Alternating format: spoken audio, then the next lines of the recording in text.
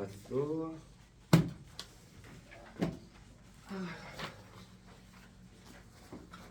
날씨가 왜 이렇게 춥노?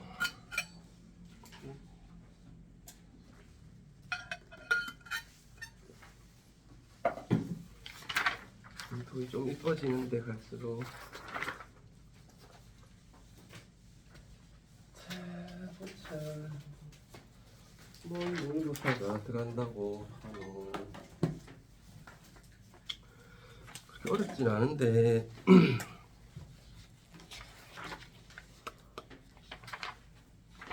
언제 거지? 9월 거라 하지. 얘기하잖아 너 또. 갑자기 가나. 2부는 그 앞에 거만 들어가고 1부는 4단계까지 맞아.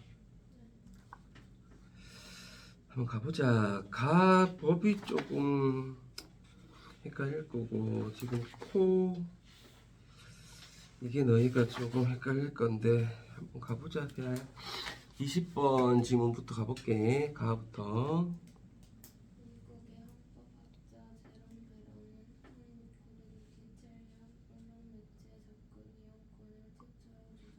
자, 언론 매체에 접근 이용권이라는 건, 자, 어떤 정의를 한번 보자. 우리가 국민이 자신의 사상이나 의견을 표명하기 위해서 나 이런 생각이 있어, 나 이런 의견이 있어를 자 사람들한테 알리고 싶어.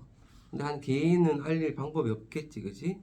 그래서 언론 매체에 자유로이 접근하여 이를 이용할 수 있는 권리를 말하는데, 베런이라는 사람은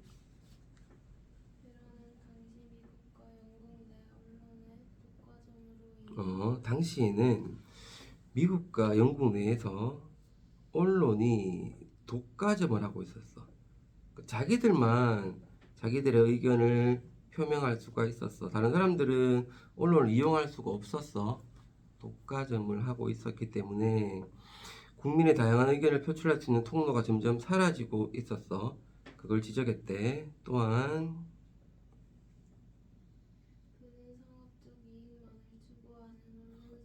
언론사들은 상업적 이익만을 추구해. 어떤 진실을 이야기하거나 사회에 문제가 되는 거나 사회를 막 개선하거나 이런 것은 관심이 없었어. 상업적으로 돈이 되는 것만을 추구했어. 그러다 보니까 보다 많은 시청자나 독자들이 자신들의 언론을 이용해야 되겠지, 그지?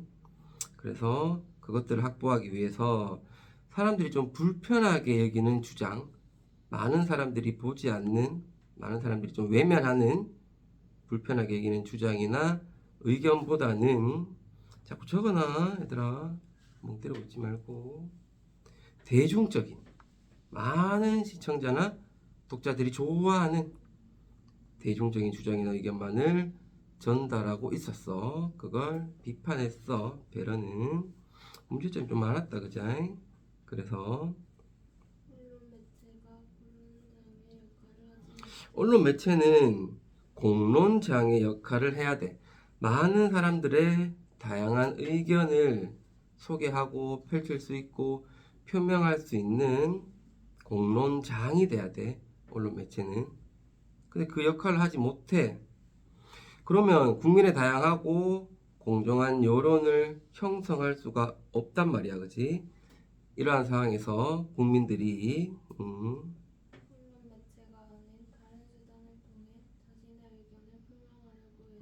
국민들은 그렇다면 언론 매체가 아닌 다른 수단을 통해서 자신의 의견을 표명하려고 한단 말이야. 지금으로 치면 뭐 SNS 같은 거 얘들아, 인스타나 뭐 이런 것들, 뭐 블로그 뭐 이런 것들, 이런 것들을 통해서 자신의 의견을 표명하려고 해도 사실 뭐 SNS에 기껏 해봐야, 물론 SNS도 자신의 의견을 표명하는데 좀 큰 역할을 하긴 하지만 그거에 비해서 얘들아 뭐 MBC나 KBS나 뭐 이런 것들, 아니면 뭐 많은 사람들이 보는 신문 같은 거, 이런 것들에 비한다면 전달 범위는 그렇게 제한적이겠지, 그지? 자, 그래서 매스미디어가 굉장히 거대하대. 그리고 독점하대. 그러다 보니까 언론의 자유라는 게 그 매체를 뭐 KBS, MBC, TVN 뭐 이런 것들 매체를 소유하거나 지배하고 있는 소수의 어떤 계층이나 집단, 뭐 지배층, 재벌들, 정치인들 이런 사람들의 것으로 바뀌어버렸어. 그러니 시민들의 언론의 자유를 보장하기 위해서는 시민들이 언제든지 그런 매스미디어에 접근할 수 있고 접근해서 자신들의 사상이나 의견을 표명할 수 있는 접근 이용권을 인정하자라고 주장을 한 거야. 그지? 시민들이 자신의 의견을 표명할 길이 없어요. 사람들이 지금 소수 계층들이 매스미디어를 독점하고 있어요.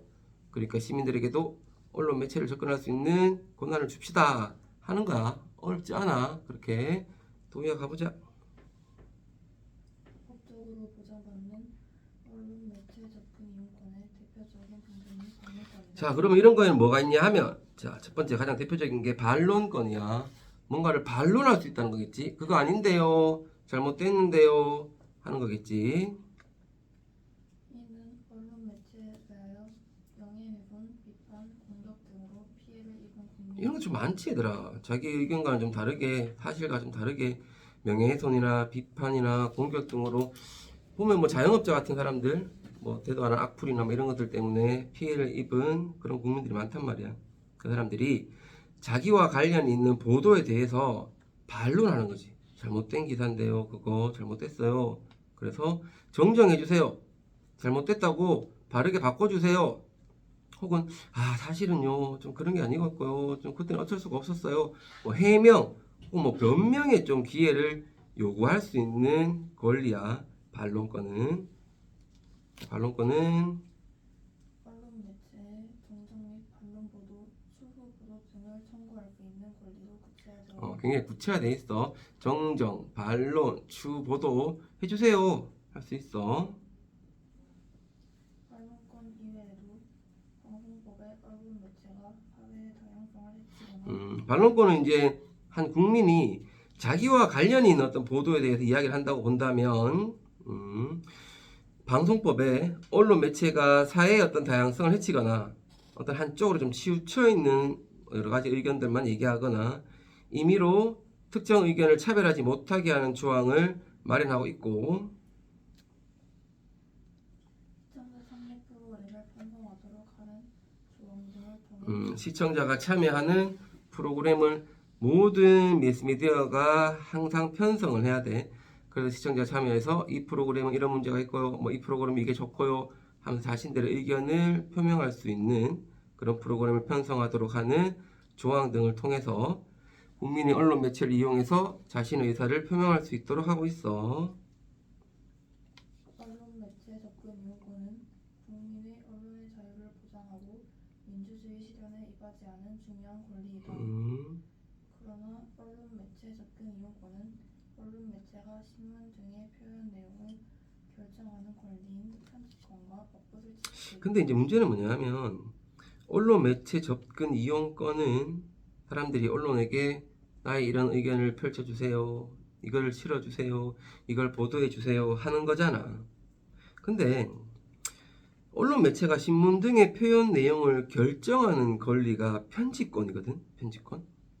편집권을 가지고 이제 언론 매체는 자신들의 언론이 어떤 표현을 할 거다라는 걸 결정한단 말이야. 근데 언론 매체 접근 이용권은 국민들이 뭔가를 보도해 주세요라고 요구하는 거잖아. 그러니까 이 두 개가 서로 맞으면 상관없는데 서로 만약에 정반대의 내용이란 말이야. 그러면 부딪히겠지. 어떤 걸 결정해야 될지가 문제겠지. 이해. 언론 매체에 일정한 기준의 재량권을 부여하고 언론 매체한테 일단 일정한 기준의 재량권, 그래 너희들이 어떤 재량을 발휘해서 너희가 알아서 해라는 재량권을 부여하고, 만약 언론 매체가 일정한 재량권을 일탈하거나 강요할 때는 근데 언론 매체가 재량권을 좀 일정하게 해야 되는데 너무 많이 뭐 하거나 다른 쪽으로 일탈을 하면 구제 수단을 활용해서 국민들 좀 구제해 주는 거야. 국민의 어떤 의사를 구제 수단을 활용해서 국민의 언론 매체 접근 이용권을 보호하고는 있어. 부딪힐 경우에는. 자, 나은 문단에서는 언론 보도에 의해서 명예나 권리를 침해받은 때 그럼 어떻게 해야 될까? 우리가 살면서 이런 경우가 있어 얘들아. 앞으로 살다 보면. 자 한번 가보자 행경아. 명예훼손죄로 고소할 수 고소하면 되지 그지? 아씨 짜증나. 고소를 할 수도 있고. 판결이 나오기까지 시간이 오래 걸려. 근데 판결이 나오려면 굉장히 오래 걸려. 그러면 나는 벌써 사람들이 나쁜 사람으로 인식을 해버려. 그래서 판결이 났다? 이 사람은 아무 죄가 없어요 라고 해봐야 사람들은 맨 처음에 내가 잘못한 일을 보도한 그것만 기억한다 사실. 그래서 아무 의미가 없는 경우가 좀 많아 얘들아. 따라서 언론중재법에는 언론 매체에 의해 피해를 받은 개인에게 신속하고 대등한 방어수단을 제공하기 가장 중요한 건 언론 매체에 의해서 피해를 받은 개인한테 신속하고 빨라야 돼. 소문이 굉장히 빨리 퍼지잖아 얘들아. 그치? 어떤 애가 무슨 나쁜 짓을 했어 이런 거. 좀 무고하게 좀 이렇게 하는 사람들이 좀 많지 그죠? 그래서 그리고 또 대등한 언론이라는 건 굉장히 힘이 세단 말이야. 근데 각각 국민 한 명 한 명은 힘이 없잖아. 그러니까 각각 국민에게도 좀 대등한 힘을 가질 수 있는 방어 수단을 제공하기 위해서 정정 보도 청구권, 반론 보도 청구권. 아까 위에서 얘기했던 반론권에 속한 어떤 것들인 것 같아, 그지? 아까 반론권이 뭐였노? 우리가 반론이나 정정 또는 해명의 기회를 요구할 수 있는 권리라 했으니까 그 안에서 나오는 것 같아, 그지? 정정 보도를 해주세요를 청구할 수 있고 반론 보도를 해주세요를 청구할 수 있는 권리라는 거겠지. 자꾸 줄 끄고 하달 빼고 다 해야 되잖아. 나중에 되면 모른디. 계속 가보자. 현경아 가보자. 정정 보도 청구권은 진실하지 않은 언론 보도 등으로 인해 피해를 입었습니다. 잘못된 보도로 내가 피해를 입었어. 그러면 보도 내용의 잘못을 바로잡는 정정 보도를 요구할 수 있는 권리야. 그거 잘못됐습니다. 여러분 언제 매를 며칠 날 저희가 방송했는데요. 그 방송은 저희가 잘못 알았던 거예요. 죄송합니다. 라고 정정 보도를 요구할 수 있는 권리. 반론 보도 청구권은 언론 보도 등으로 인해 피해를 입었습니다. 언론 보도 등으로 인해서 피해를 입었어. 조금 달라 얘들아. 정정 보도 청구권은 진실하지 않은 언론 보도야. 그러니 그걸 바로잡아야 돼. 정정해야 돼. 바꿔야 돼. 반론 보도 청구권은 언론이 뭔가를 보도했어. 그것 때문에 내가 피해를 입었어. 그러면 그 보도 내용에 관해서 반론을 사실은요 저희는요 이러이러한 건데요. 왜냐하면 의견이라는 건 얘들아 여러 가지가 있을 수 있는 거잖아 그지? 예를 들면 어떤 사람이 나와가지고 뭐 이런 음식은 뭐 몸에 좋지 않아요 여러분 그랬어. 그럼 그 다음날부터 그 음식을 파는 가게가 다 막 망하는 거야. 그러면 이제 어떤 사람이 나와가지고 아닙니다. 그 음식은 이런 부분에서는 몸에 좋을 수도 있습니다라는 의견을 얘기할 수도 있잖아, 그지? 그런 부분이야. 그거는 뭐 사실이다, 사실이 아니다 하고는 좀 달라. 의견 부분이기 때문에 객관적이냐, 주관적이냐 우리가 따져볼 필요가 있을 거야. 정정이냐, 아니면 반론이냐 하는 거는 좀 달라. 사실에 대한 거냐, 아니면 의견에 대한 거냐로 좀 나눠줄 필요가 있을 거야. 계속 가보자. 정정 보도를 청구하는. 자, 우리가 이제 피해를 입었어, 얘들아. 나는 그런 일을 한 적이 없는데 그런 일을 했다고 이야기를 해서 피해를 입었어. 근데 원래 보도가 성식이가 어떤 애를 괴롭혀서 어떤 애가 뭐 힘들어가지고 자살을 했어. 나 그런 적이 없는데 미치겠어. 너무너무 억울해. 그럴 때는 성식이라는 아이가 원래 보도가 허위라는 걸 입증을 해야 돼. 반면 반론 보도는 본 보도의 진위 여부와 상관없이 청구할 반면에 반론 보도는 원래 보도의 진위 여부와 상관없이 청구할 수 있지. 우리가 앞에서 봤는 것처럼 그런 걸 거야, 그지? 반론 보도라는 건 의견에 관련된 거기 때문에 원래 보도가 진짜 사실이냐 아니냐를 좀 밝히기가 좀 힘들 거야, 얘들아. 하나의 좀 의견이기 때문에, 그지?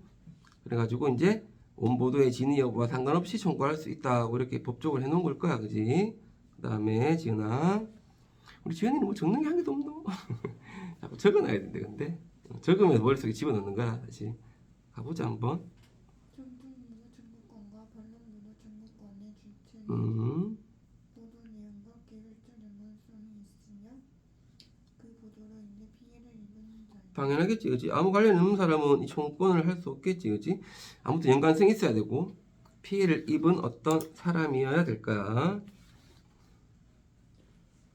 청구권의 주체는 언론 보도의 사실적 주장에 대해 정정 보도와 반론 보도를 청구할 수 있는데 사실적 주장이라는 것은 증거에 의해서 그 존재 여부를 판단할 수 있는 사실관계에 관한 주장을 의미합니다.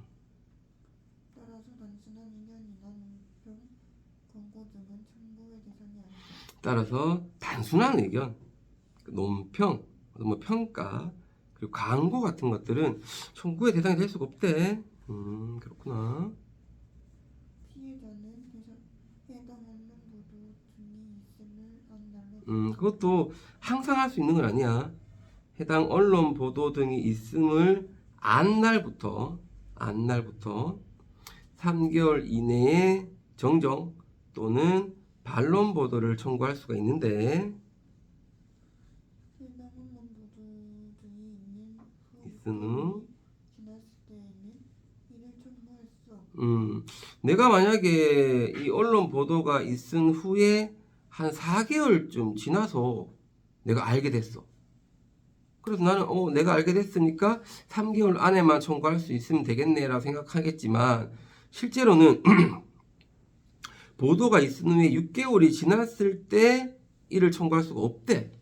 그지? 이 두 개가 겹쳐. 그럼 잘 생각해야 되겠지. 그지? 있음을 안 날부터 3개월 이내에 청구할 수 있지만 보도가 있은 후에 6개월이 지나면 청구할 수가 없어. 그지? 그럼 최대 6개월이야. 보도가 있은 후부터. 정정 또는 반론 보도 청구는 언론사 등의 대표자에게 서면으로 정정 또는 반론 보도 청구는 언론사 등의 대표한테 서면으로 해야 되고 뭔가 글을 써서 보내야 되고 언론사가 청구를 수용한다면 청구를 받은 날부터 언론사가 알겠습니다 라고 한다면 청구를 받은 날부터 7일 이내에 언론사는 알겠습니다 하고 7일 이내에 반론 또는 반론 보도문을 방송하거나 싣게 될까. TV라면 방송할 거고 뭐 신문이면 싣게 되겠지. 자, 이때 보도는 원래 보도한 동일한 채널 MBC에 있다면 MBC에서 지면 만약에 신문이라면 뭐 조선일보라면 조선일보의 뭐 1번 면이면 1번 면에서 이루어져야 하고 방송 진행자는 보도문을 읽을 때 대충 그냥 왜냐면 방송사가 자기들이 잘못한 거기 때문에 어떻게 보면 사과문이란 말이야. 그거를 그냥 대충 빨리 이래서 이랬습니다 이렇게 읽으면 안 돼. 통상적인 속도로 똑같이 기존의 어떤 사실을 알려주는 것과 똑같이 통상적인 일반적인 속도로 읽어야 돼. 계속 가볼게. 만약 언론중재법상 정정 보도를 청구할 수 있는 기간이 지났다면 언론중재법상 정정 보도를 청구할 수 있는 기간이 아까 있었지. 뭐 3개월 이내, 그다음 보도가 있은 후 6개월. 이게 지났어. 그러면 민법 제764조에 의거해서 정정 보도를 청구할 수도 있대. 가보자, 현주야. 민법상 정정 보도 청구권에 따르면 언론 보도 등으로 명예를 훼손당한 사람은 언론 보도가 있음을 안 날로부터 3년 이내 3년 이내. 민법은 좀 길다, 그지? 그지? 법원에 소를 제기할 수 있는데 해당 언론 보도가 있는 후 10년이 지났을 때는 불가하고 내가 이걸 안 후부터 3년 이내에 할 수는 있는데 해당 언론 보도가 있은 후 10년이 지나면 안 된대. 영원히 되는 건 없어. 10년 안 되고. 민법상 정정 보도를 청구할 때 또 청구 대상은 좀 달라. 우리가 그 위에서 봤을 때는 언론사 등의 대표자한테 서면으로 한다 그랬는데 민법상 청구할 때는 언론사 등의 대표자는 당연한 거고 잘못된 언론 보도로 손해를 가한 기자 그리고 편집자 이 사람들한테도 다 공동으로 청구를 할 수가 있대. 자, 그런데 민법상 정정보도 청구권이 성립하려면 언론중재법과 달리 언론사의 고의 또는 과실이 있다는 것과 해당 보도의 위법성이 있음이 입증되어야 합니다. 민법상 청구권이 성립되려면 민법상으로는 언론중재법과 달리 언론사가 고의로 했다, 혹은 언론사가 가실이 있다, 잘못이 있다, 해당 보도에 법을 위반하는 것이 있다라는 걸 증명해야 된대. 자기가 증명하지 않으면 청구권이 성립이 안 돼. 근데 언론중재법은 언론사 등의 대표자한테 우리가 아까 전 위에 서면으로 하면 되고 언론사가 청구를 수용하면 되는 거라 그랬어. 그러니까 민법이 조금 복잡하지, 그지? 대신에 기간은 좀 길고.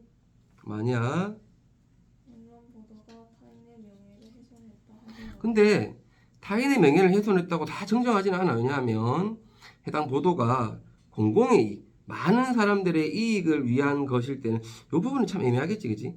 어떤 부분이 이게 공공의 이익이냐 아니냐 뭐 이런 것 때문에 막 싸우겠지. 위법이 아니라고 인정이 돼. 이처럼 민법상 정정보도 청구권은 언론중재법상 정정보도 청구권을 행사하는 것보다 좀 엄격한 성립 요건을 필요로 하지. 그러니까 그만큼 그래서 이제 긴 거야, 기간은. 정정보도 청구권 및 반론보도 청구권은 피해를 입은 개인의 입장을 제공하게 하여 개인의 피해 회복을 돕고 우리 사회가 진실을 발견하고 올바른 여론을 형성하는 데 일조했습니다. 도와줬습니다. 자, 우리는 가보자, 세아야. 궁금하지 않나? 냄새를 어떻게 인식할까 도대체? 신기하지? 냄새를 말 잘 맡는 사람이 있고 냄새를 못 맡는 사람도 있고 사람마다 좀 달라. 그리고 동물마다 좀 다르고. 가보자. 냄새의 원인이 되는 기체 상태의 분자가 있어.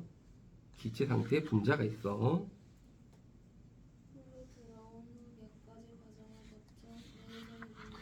코로 들어오면 몇 가지 과정이 있어. 이 과정이 중요하겠지, 얘들아. 뇌에서 냄새를 인식하는 거야. 뇌에서.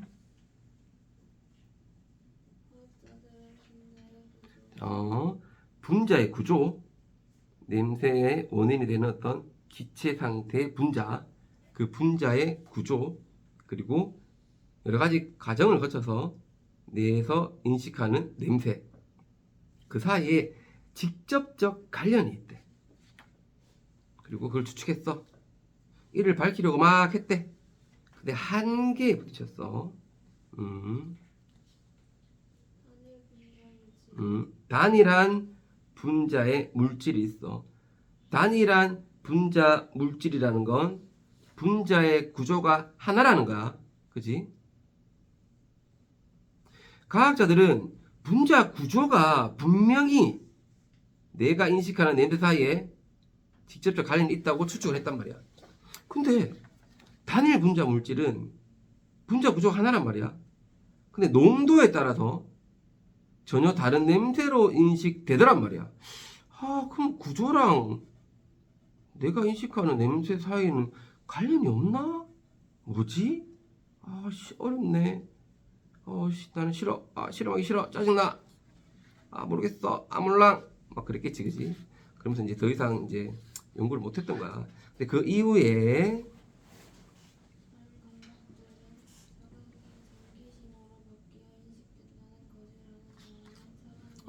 사람이 가지고 있는 다른 감각들, 그치? 뭐 시각, 미각, 촉각 이런 것들 전기 신호로 바뀌어서 우리한테 인식이 돼.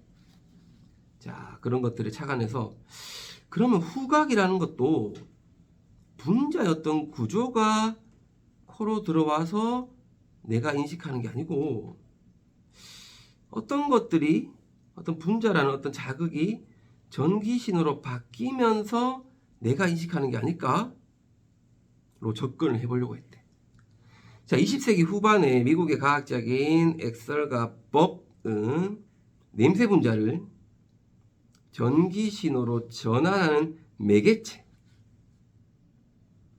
냄새 분자를 전기 신호로 바꿔주는 매개체, 그게 후각 수용체야. 그 후각 수용체를 발견했어. 아, 분자의 어떤 구조하고 내가 인식하는 냄새의 어떤 직접적 관련이 있는 게 아니고 어떠한 분자를 후각 수용체라는 애가 전기 신호로 바꾸고 그 후각 수용체를 가지고 내가 어떻게 인식해서 냄새를 느끼는 거구나. 자, 후각 수용체를 중심으로 이제 후각 자극의 신호 전달 과정을 살펴볼 거다. 우리가 가보자. 천천히. 야, 코안의 가장 윗부분에 후각 수용체가 있는 음지정도 크기의 후각 상피가 있다. 근데 그림이랑 같이 봐봐. 코 안에 가장 윗부분에 보면 후각 수용체가 있는 후각 수용체는 분자를 냄새 분자를 전기 신호로 바꿔준다 그랬어. 그 후각 수용체가 있는 엄지 손톱 크기의 후각 상피가 있어. 후각 상피 그림에 봐놓고 여기에 후각 수용체가 있고 그림에 자꾸 표시하고 줄 긋고 해라. 가만히 있지 말고. 후각 수용체는 냄새 분자를 전기 신호로 전환하는 앤데 코 안에 가장 윗부분에 있어. 후각 상피에 있어. 가보자. 냄새 분자는 냄새 분자는 우리가 호흡할 때 공기에 실려 후각 상피를 받는 자, 냄새 분자가 공기 중에 막 떠돌고 있다가 우리가 호흡을 하면 공기에 실려서 후각 상피로 가. 방향에 따라 정방향, 역방향, 공류가 있다. 방향에 따라서 정방향, 역방향이 있겠지.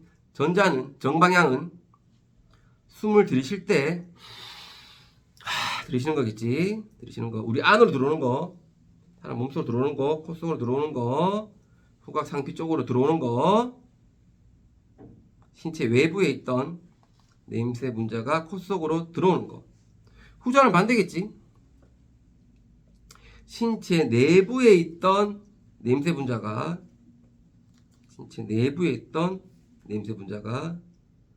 목구멍을 통해서 코 뒤로 올라가 숨을 내쉴 때 후각 상피에 도달하는 경로겠지. 이해 안 되는 사람? 이해 안 되는 사람 없나? 고추냉이 있지 얘들아. 와사비 먹어봤지? 많이 먹으면 어때? 코가 찡하지? 그때 숨을 쉬면 좀 낫지? 안 해봤어. 한번 해봐. 코를 막고 이 문장이 이해돼야 돼. 그러니까 중간에 있는 거야 얘들아. 후각 상피는 우리 몸을 중간에 했을 때 냄새 분자가 이렇게 들어오기도 하고 우리 속에 있는 게 얘를 통해서 이렇게 나가기도 하고 이 과정이야. 이렇게 그지? 후자를 통해 이동한 냄새 분자는 미각으로 느낀 맛. 우리가 뭔가를 먹으면 삼키잖아. 삼키면 걔가 가지고 있는 어떤 냄새가 있을 거 아니야. 그 냄새를 우리가 느끼게 해주는 거겠지. 후자는. 되나? 자, 가보자 노이야. 이러한 경로를 통해 아무튼 전자든 정방향이든 후자 후방향이든 아무튼 냄새 분자가 후각 상피에 도달했어 이제. 그러면 냄새를 받아들이는 후각 신경세포 수백만 개가 밀집해 있다. 냄새를 받아들이는 후각 신경 세포가 수백만 개가 있어. 여기 지금 후각 상피에 보면은 막 줄로 막 돼 있는 거 있지. 동글동글한 거 있고 막 있는 거 있지. 얘들이 아마 후각 신경 세포 같아. 수백만 개가 있어. 수백만 개.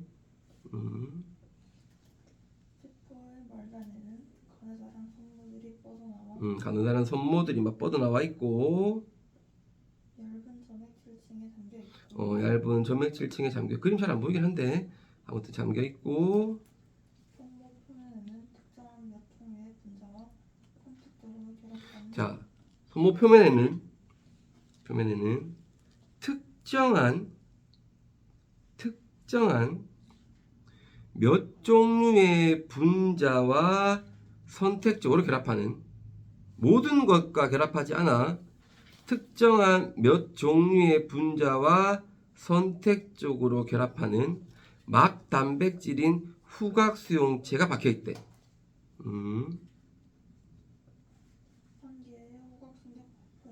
한 개의 후각 신경세포에는 한 종류의 후각 수용체만 존재해. 이 후각 수용체는 특정한 몇 종류의 분자와 선택적으로 결합한다 그랬어.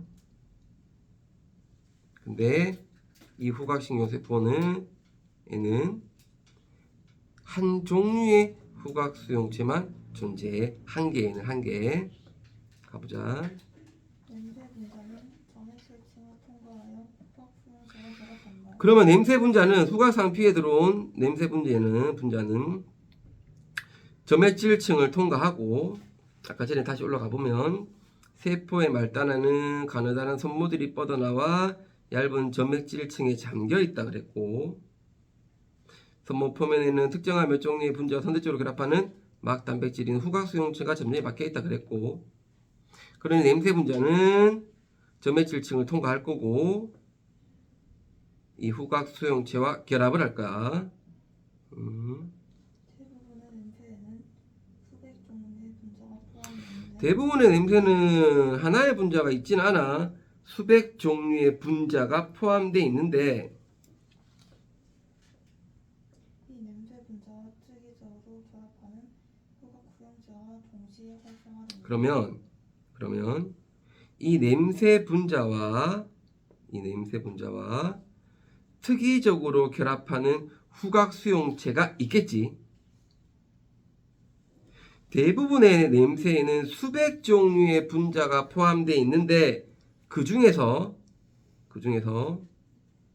특정한 몇 종류와만 선택적으로 결합하는 후각 수용체가 있단 말이야. 우리한테는. 그러면 그 수백 종류의 분자 가운데 특이적으로 결합하는 후각 수용체가 자기들과 결합할 수 있는 냄새 분자가 거기에 있다면 활성화해서 결합이 되겠지.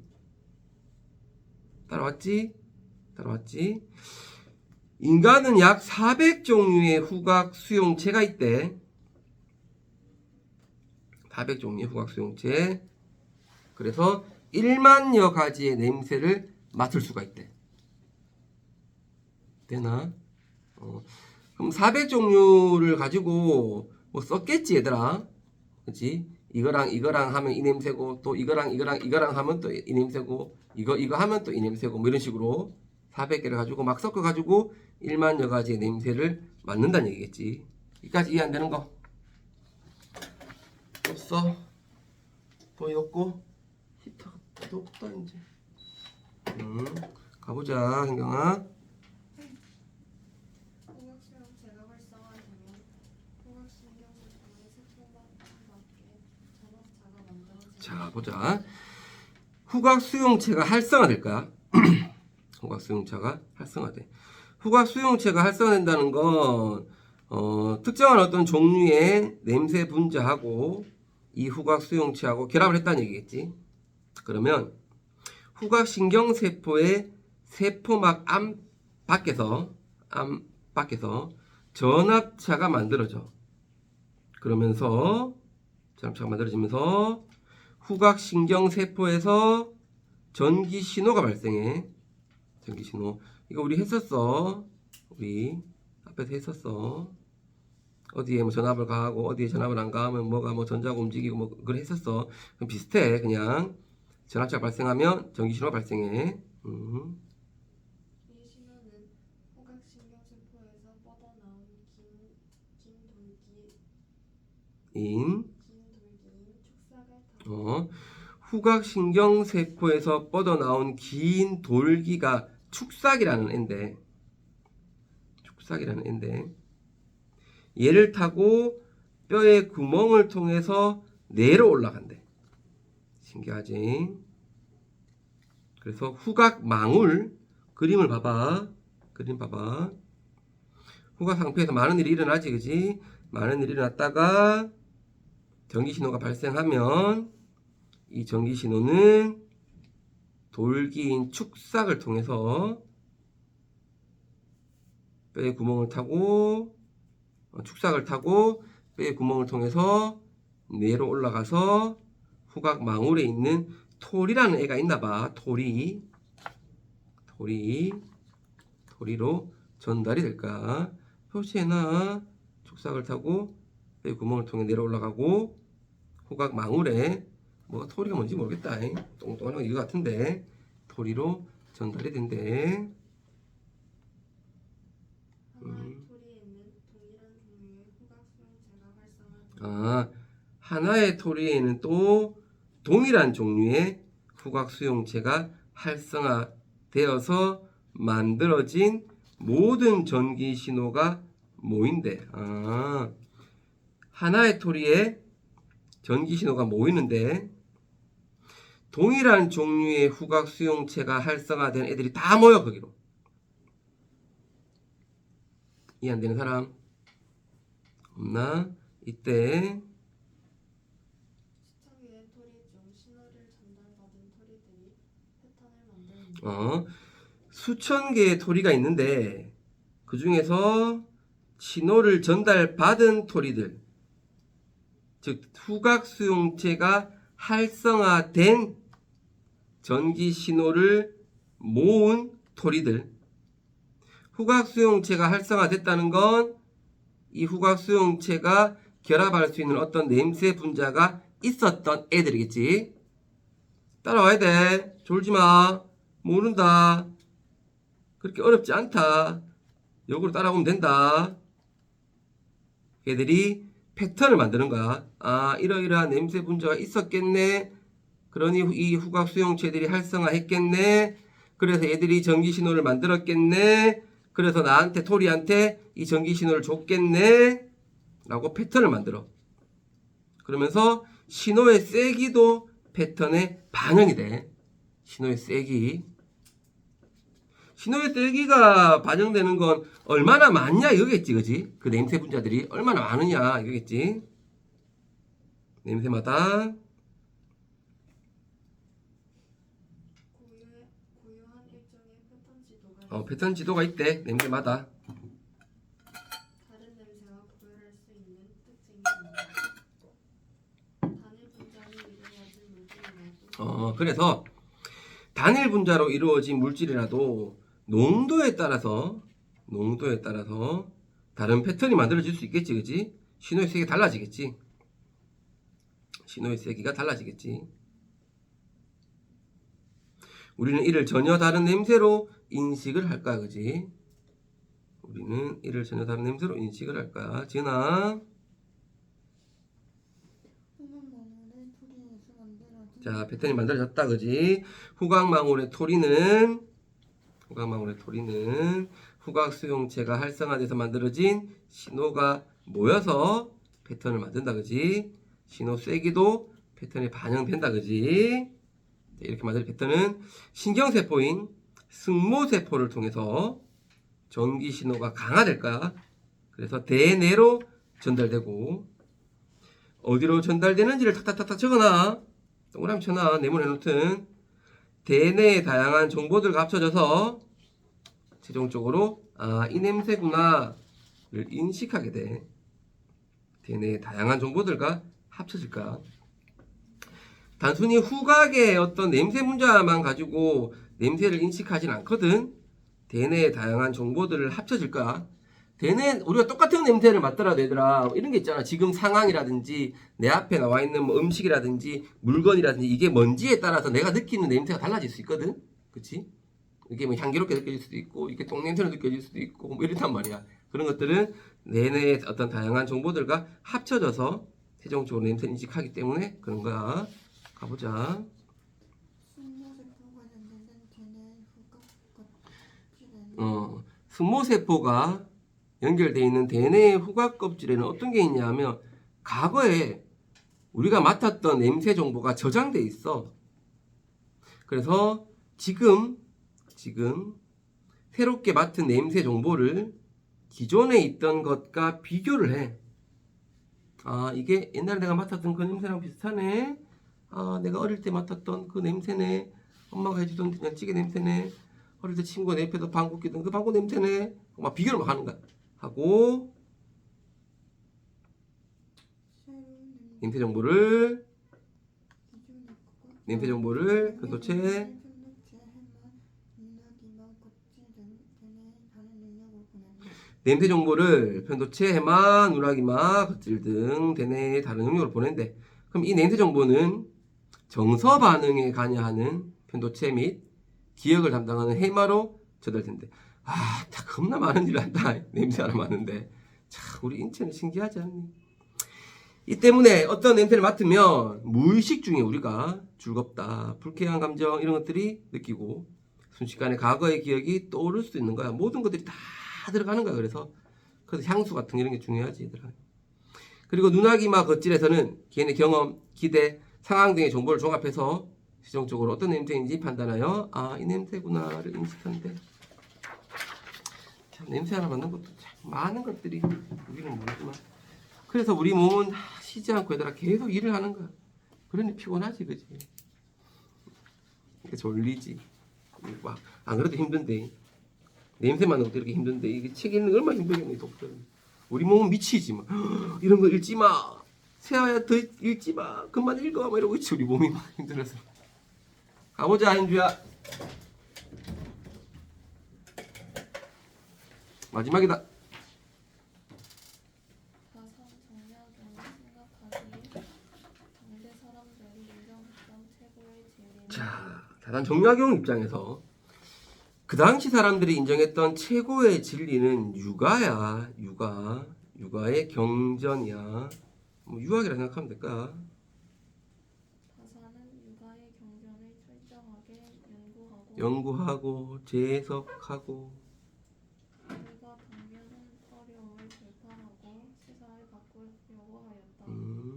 새로운 시대를 열기 위해 각오로 달려갔다는 점에서 다산은 전통에 충실한 계승자이지만 단순한 계승에 그치지 않고 자, 지나간 것들을 굉장히 열심히 연구해서 새로운 시대를 열기 위해 노력했어. 그러니 다산은 전통에 충실한 계승자야. 충실한 계승자. 다산은 지나간 것들을 무시했다. 전통을 무시했다. 전통과는 전혀 다른 것을 했다. 다 틀리겠지? 근데 단순하게 계승하지만은 않았어. 재해석을 했어. 그리고 새로운 사유를 전개했어. 새로운 어떤 생각들, 자신만의 어떤 것들을 전개했어. 경전에 대한 새로운 해석을 통해 이루어진 다산의 윤리학은 과연 어떤 것인가? 가보자. 정약용에 따르면, 자, 우리 이걸 많이 했어. 중간고사 때. 어떤 거냐 하면, 인간은 선천적으로 선을 좋아하고 말했잖아, 이거 얘들아. 선천적으로 선을 좋아해. 악을 부끄러워하는 마음이 있어. 근데, 실제 행동에 있어서는 우리가 실제 할 때 생각해봐. 악은 쉬워. 나쁜 일 하는 거는 겁나 쉬워. 근데 좋은 일을 하는 것은 어려워, 그치? 실제에서는 이러한 인간에게 자유의지가 선천적으로 주어져 자, 비슷하지. 우리가 했던 것들이랑 자유의지라는 게 인간에게는 자유의지, 자신이 뭔가를 스스로 선택할 수가 있어. 선천적으로 주어져 있어. 그래서 인간은 선과 악을 자율적으로 선택을 할 수가 있어. 자유의지에 의한 선한 행위가 공적이 될 수 있고 악한 행위가 죄가 될 수가 있다고 했어. 즉 인간은 자유의지에 의해서 선을 선택할 수도 악을 선택할 수도 있으며 인간은 자유의지에 의해서 뭐 남이 강요하는 거 아니야. 스스로의 판단에 의해서 선을 선택할 수도 있고 악을 선택할 수도 있어. 그리고 그에 따른 책임을 스스로가 가져야 되겠지. 다산은 사회를 선하고 정의롭게 하기 위해서 선한 의지와 지혜로운 선택이 필요하며 이러한 의지와 선택을 생활 속에서 실천해야 한다고 했다. 자, 설명욕은 인간은 자유의지로서 행동하여 이를 성취할 수 있다. 인간은 자유의지로서 행동해서 인을 성취할 수 있어. 충분히 할 수 있어. 할 수 있어. 라고 봤어. 그는 이는 사람과 사람 사이에서 각자가 상대에게 마땅한 도리를 다하는 실천을 통해서 얻어지는 방법이라고 해석하였다. 그는 정약용은 인이라는 건 사람과 사람 사이에서 각자가 각각의 사람들이 상대방한테 마땅히 해야 하는 도리를 다 해야 돼. 그런 실천을 통해서 덕목을 얻을 수가 있어. 그게 인이야. 그게 인. 따라서 인은 다른 사람과 함께 해야 되겠지. 다른 사람과의 사이에서 내가 도리를 다 해야 얻을 수 있는 거니까 다른 사람과 함께 하지 않으면 성립할 수가 없어. 특히 위정자로서 관리로서 정약용은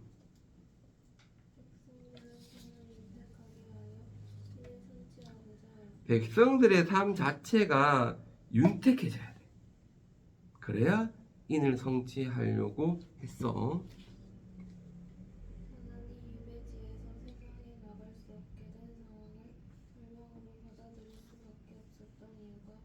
다산은 유배를 갔단 말이야. 그래서 유배지에서 세상에 나갈 수가 없게 됐어. 세상에 나갈 수가 없게 되면 백성들의 삶을 윤택하게 할 수 있는 어떤 방법이 없겠지, 자기 자신이. 그러면 인을 성취할 수도 없다고 생각했어, 다산은. 그래서 그 상황을 절망으로 받아들일 수밖에 없었겠지, 그치? 자, 그렇다면 정약용이 인을 완성할 수 있는 실천 원리는 과연 뭘까? 자, 그건 선대. 가보자. 정약용이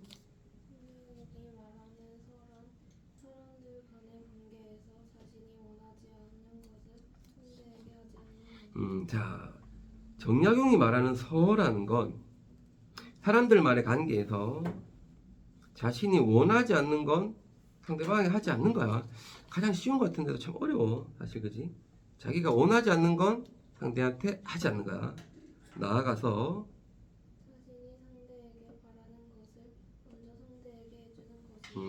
자기가 원하는 것만 상대에게 해야 되겠지. 그렇다면 근데 그것도 자신이 상대에게 원하는 건 내가 먼저 상대에게 해야 돼. 내가 먼저 해야 돼. 이러한 서로서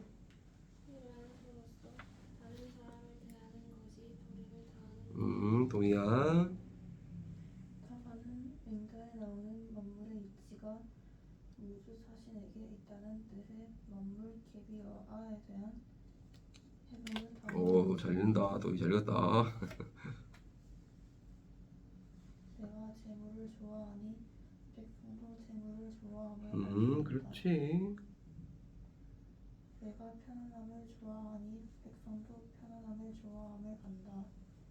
내가 천대하고 업신여김을 당하기 싫어하니 백성도 그러함을 안다. 그렇지. 그래서 다른 사람의 감정을 묻고 안색을 살핀 다음에야 그들이 나와 같다는 것을 알 수 있는 건 아니다라는 거야. 이러한 해석에서 보듯이 다산은 인간의 감정과 생각에는 보편성이 있다는 거야. 다 똑같다는 거야. 높은 사람이든 낮은 사람이든 신분이 어떻든 간에 다 똑같아. 자기의 감정과 생각을 미루어서 다른 사람의 마음을 이해할 수 있다고 인식을 했어. 선은 서자에 대한 상호평등성의 인정. 그래서 상호평등을 인정하는 거고, 인격 존중에 기초하고 그래서 있으며 인격을 존중해 주는 거야. 누구나 노력하면 실천할 수 있는 행위 원리. 그러니까 인간이라면 누구나 가지고 있는 거잖아. 그러니 누구나 노력하면 뭐 왕이든 뭐 신하든 백성이든 뭐 노비든 누구나 인간이면 노력하면 실천할 수 있는 행위 원리인 거야. 다산은 hen경아 다산은 설을 행할 수 있는 기본이 되는 자세를 신독이라고. 자, 그럼 그 자세는 뭐냐 하면 신독인데, 신독은 두려워하면서 공경하는 자세야. 보통 경외심 뭐 이런 거잖아요. 두려움과 공경의 대상은 하늘이야. 하늘. 가보자. 정약용은 인간에게 성과학을 선택할 수 있는 선천성을 부여한 존재인 하늘을 두려워하고 공경에 인간한테 성과학을 선택할 수 있는 선천성을 부여한 건 하늘인데 그런 하늘을 두려워하고 공경해야만 선을 실천할 수 있는 마음을 유지할 수 있다고 봤어. 그래서 정약용은 당시 사대부들에게 군주와 백성의 눈을 피할 수 있었다. 하대부들한테 너희가 뭔가를 잘못하면 군주와 임금과 백성의 눈은 피할 수 있을지 몰라도 하늘의 눈은 피할 수가 없다는 점을 강조했어. 자, 정약용은 지은아 신학 공부를 남들이 모르는 일에도 생각과 행동을 조심하는 것이며 자신이 했던 행동을 되돌아보고 성찰하면서 하늘과 가을을 꾸짖는 내면의 목소리에 귀를 기울이는 것이라고 했다. 자, 정약용은 신독 공부라는 건 남들이 다 아는 일에만 하는 게 아니고 남들이 모르는 일에도 남들이 신경 쓰지 않는 일에도 남들이 알아주지 않는 일에도 생각과 행동을 조심하는 거고 자신이 했던 행동을 되돌아보고 성찰하고 자신의 허물과 가오를 꾸짖는 내면의 목소리에 귀를 기울이는 것이라고 했어. 요거 보니까 생각나는 거 없나? 요 문장 딱 보니까 생각나는 거 우리 배운 거 중에 정약용 작품 배운 거 중에 있잖아. 자신을 잘 지켜야 되는 수호제기잖아. 수호제기랑 똑같은 거잖아. 이거 보면 수호제기에서 정약용이 얘기했던 나를 지키는 거랑 똑같은 거야. 결국에 가보자. 또한 신독 공부를 평상시에도 할 것을 강조하며 이를 통해 경건한 태도를 몸에 익혀야 한다고 역설하였다.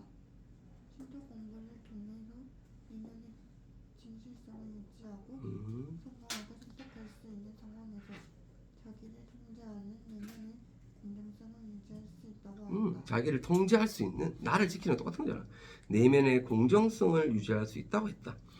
다산 윤리학에서 신독은 인간관계에서 적극적인 윤리적 실천을 통해서 선의 가치를 실현하도록 하는 힘이고 정신적 구심점이야. 중간이야. 가장 중심이 되는. 다산 윤리학은 생활 속에서 선의 실천을 지향하는 생활 현장의 윤리야. 실천하는 것과 평상시에 마음을 수양하는 것을 통해 타인에 대한 지극한 사랑이라는 최종 목적을 이루고자 했어. 다산에게 중요한 것은 결국 상호 주관적, 서로서로 주관적으로 공동으로 사는 세계였던 거야. 재밌다. 자, 문제도 풀어서 풀이를 할 겁니다.